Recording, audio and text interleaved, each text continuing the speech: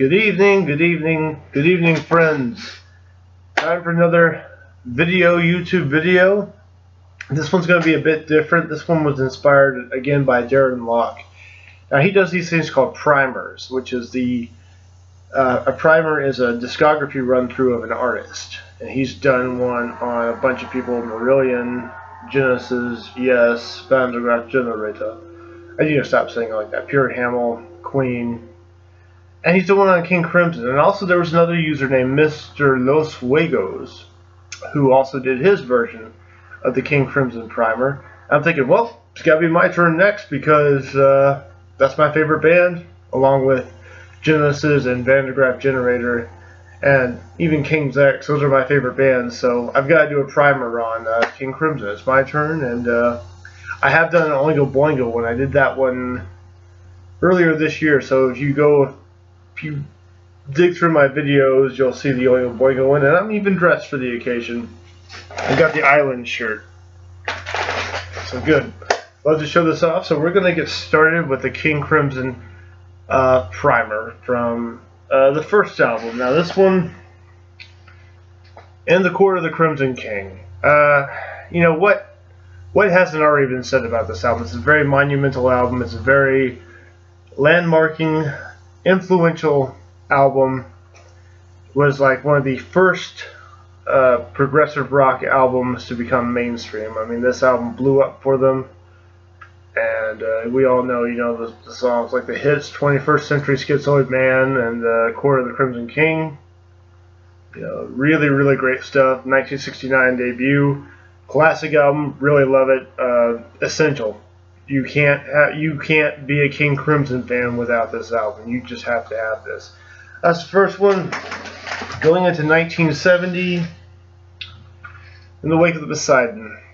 Well, this one I just could never really get into. This one basically sounds a lot like the first one, but it sounds like the throwaway songs that weren't as good to be put on the first one.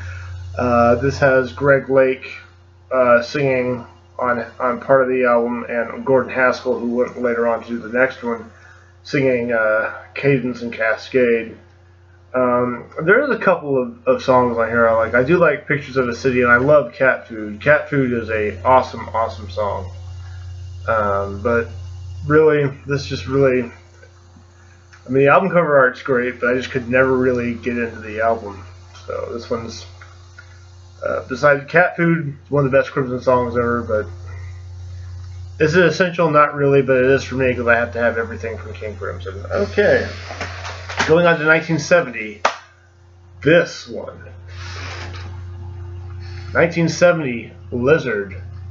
This is my personal favorite. This is my #1 favorite King Crimson album. I love, love, love Lizard.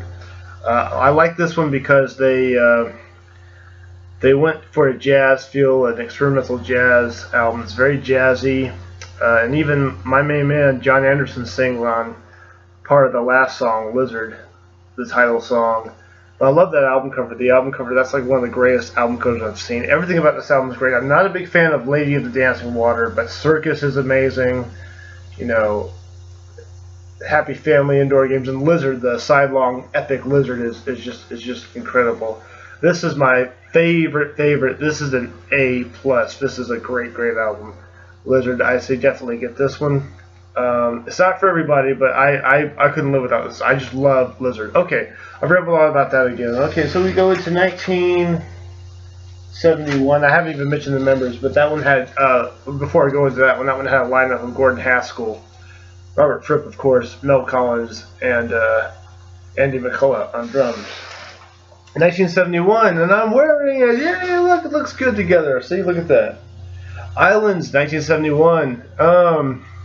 Well, obviously I like the album because I wouldn't be wearing the shirt if I didn't like the album. This is them going for a classical sound, which is I loved how they experimented with this, with their sounds. They went from jazz to classical. This one's got the Mel Collins is back on this one with with Fripp, of course, and the late great Boz Burrow and Ian Wallace. Ian Wallace was an incredible drummer. I've actually got a good live bootleg of this at the Plymouth Guildhall from '71, which is awesome. But this is I really like this album, but not as a whole. I really like the first two songs and the last two songs. But the two songs sandwiched in the middle, I just really don't care for. Everybody hates Ladies of the Road. If you really want to hear how bad that song is, you can YouTube it. But Formentera Lady is great. Sailor's Tale is amazing. Islands is great. I even like Prelude, Song of the Gulls, even though it's like a string arrangement. It's pretty good. It's very relaxing. It's a beautiful song. If I had to pick a favorite, probably Formentera Lady. Really do like that one. So Islands, good stuff. 1972, I don't have it, but they had a live album called Earthbound, which I really don't recommend. I need to get it, even though it's kind of crap because of the sound quality. It's bootleg quality. It's basically like their official bootleg. It was recorded on a cassette tape recorder in the pouring rain.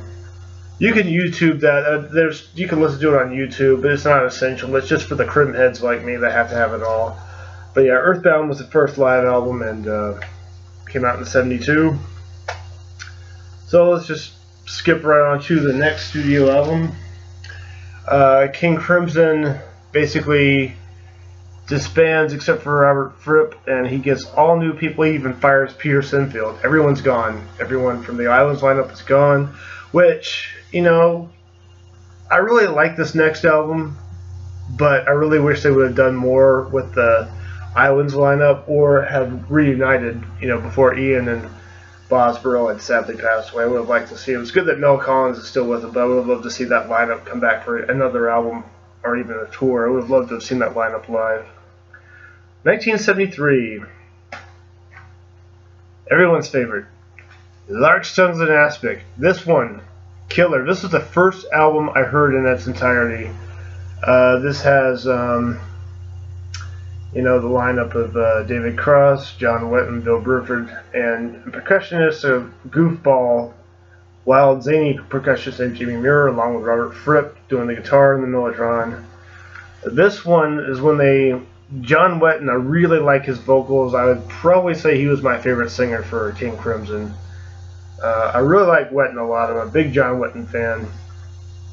And I like his delivery. I like the way he sang with the band. His bass playing is really good. He's a great bass player. He's an amazing bass player.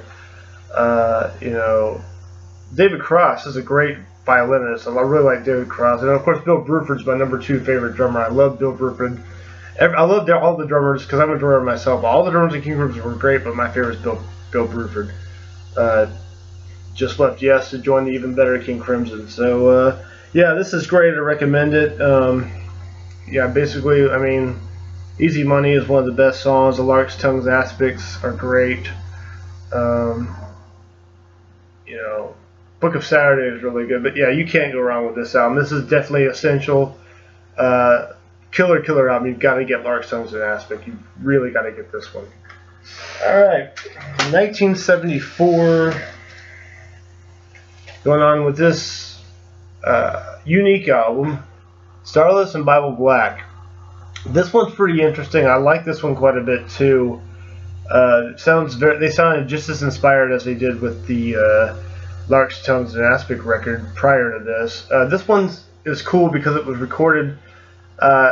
Half of this was recorded live with the audience noise taken out. There's parts recorded in the studio and parts recorded live. I forget which are the live songs, but I could usually tell just by listening to it. The Starless and Bible Black is very, very good. I don't know if I'd say it's essential, but it is for me. Everything from King Crimson is essential, even the stuff that I might not like. But I think this is a good album. If you like Lark's Tongues and Aspic, you'll definitely like this one. This is a really good CD. So yeah, get this one too, 1974. And then again in 1974, another one of my favorites, Red.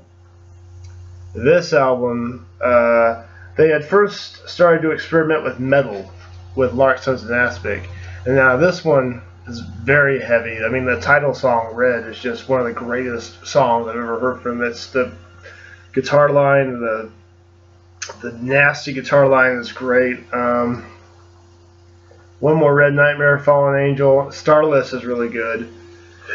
But yeah, this is probably my favorite King Crimson album with John Wetton. Some people think this one's a step down. Some people don't like it as much. I've always loved this album. This is one I really, really like. Red's one of my favorites. It was my favorite one, my favorite album at one time, but I just could not get enough of Lizard. But this might be my second favorite. I really love Red. Red is just killer. It's a killer album. And then that is it for that time. King Crimson disbands. They are no more. In '75, a live album called USA comes out, but I believe that was released because they had owed the record company maybe an album, and they had already split up at that time. I actually don't have a copy of that, but I do need to get USA. I've heard some great things about it. I haven't really heard much, if any, of it. I just never got around to getting that one. So, fast forward 2 years later, we go to 1981. New lineup. We get this album, Discipline, with Adrian Belew coming into the band, and also with Tony Levin and Bill Bruford's back. Thank God. You know, Bill Bruford's one of the reasons why this album is so good.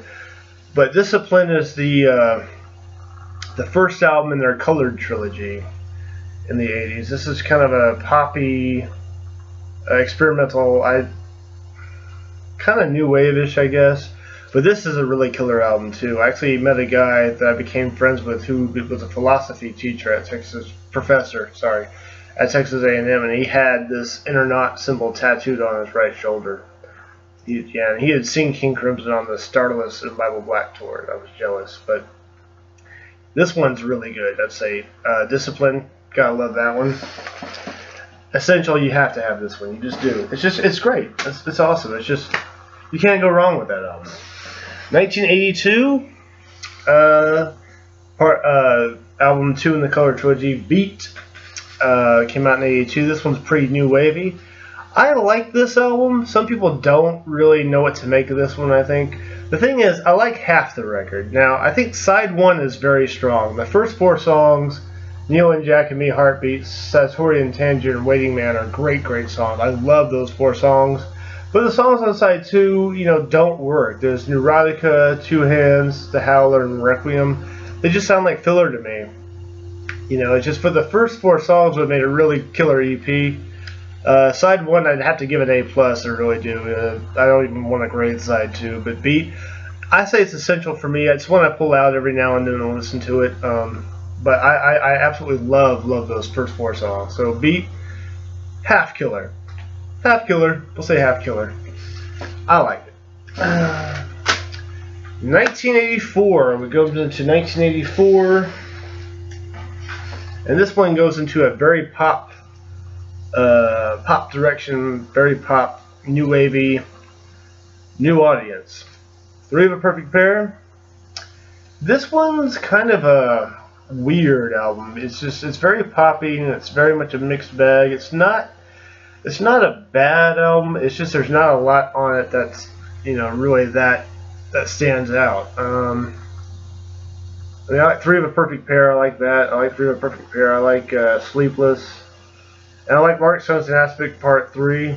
The rest of it, it's really, I don't listen to this one that much. It's one I pull out every now and then, but it's not one that leaves my CD tower that much. But that's Three of a Perfect Pair. It's okay, worth having if you have to have it all. King Crimson splits up again, and nothing happens until 1995. Put out this album, Thrack. This is insane. This is a sick album. This is like, it's like hardcore, it's heavy, it's nasty, it's evil, it's scary, it's perfect. This is a great, great, great album. This is one where they have 2 of everybody. It's a double trio. They have the same lineup from the previous 3 records. Then you've got newcomers Trey Gunn on the war guitar, stick, bass, whatever, and Pat Masalato from Mr. Mister, formerly of Mr. Mister, on the drums. This is essential. This is a great, great album. I don't see how people would not like this, but this is one of my favorites. I really, really do like this one a lot. I think it's great. Okay, so moving along to 2000. Construction of Light. This pains me to say this. This really does. This is because King Crimson, I basically worship King Crimson, but this, I freaking hate this record. It's boring. It sounds a mess. The lyrics are, I mean, Adrian was never a great lyricist, but this is some of his worst lyrics. It doesn't get off the ground. It doesn't sound very inspired. It sounds totally uninspired. It's a flat album. I hate this CD. It's not good. I really don't like it. I don't like the CD at all.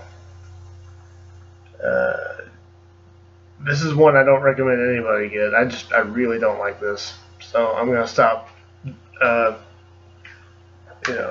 talking about that one. I've had enough of that one already. Then we go into 2003. This album, this next one's very important to me. So far, the final album, unless they do another one with this huge, like 7-piece lineup that they have. Eyes Wide Open. This album, I bought this the year it came out, not knowing what to expect, because I hadn't heard anything since Dirac. They had put out some little teasers. They had put out like a Level 5 EP, which was live, and Happy for What You Have. Happy to be what is it? It's on the back of this. Happy with what you have to be happy with. They put out an EP of that, which I got later on, but I hadn't kept up with King Crimson. I wasn't buying their stuff until this album came out, and I got this, and this is a masterpiece. This is incredible.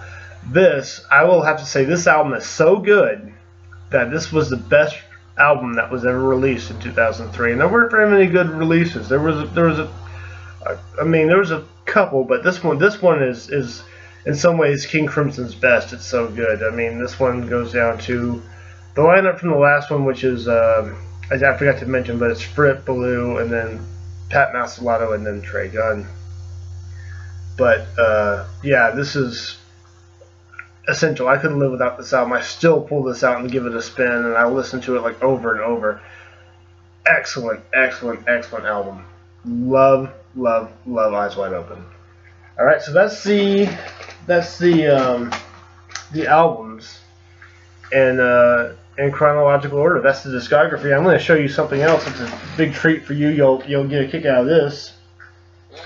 We're going to do the DVDs now. So the first DVD that they put out, I haven't watched these in forever. It's got dust all over them. Sorry. Here we go with Deja Vroom. This was actually released on VHS, I think in '96 or something. It was released as live in Japan, but this is a DVD of, it's actually a double, well, not a double DVD, but it's a two-sided DVD. I don't know why it was two-sided, but it's got, it's a show from the Thrack tour in Japan, and it's has, what does it say, 19 songs. They do a lot of stuff from Thrack, and they do a few songs from Discipline, and they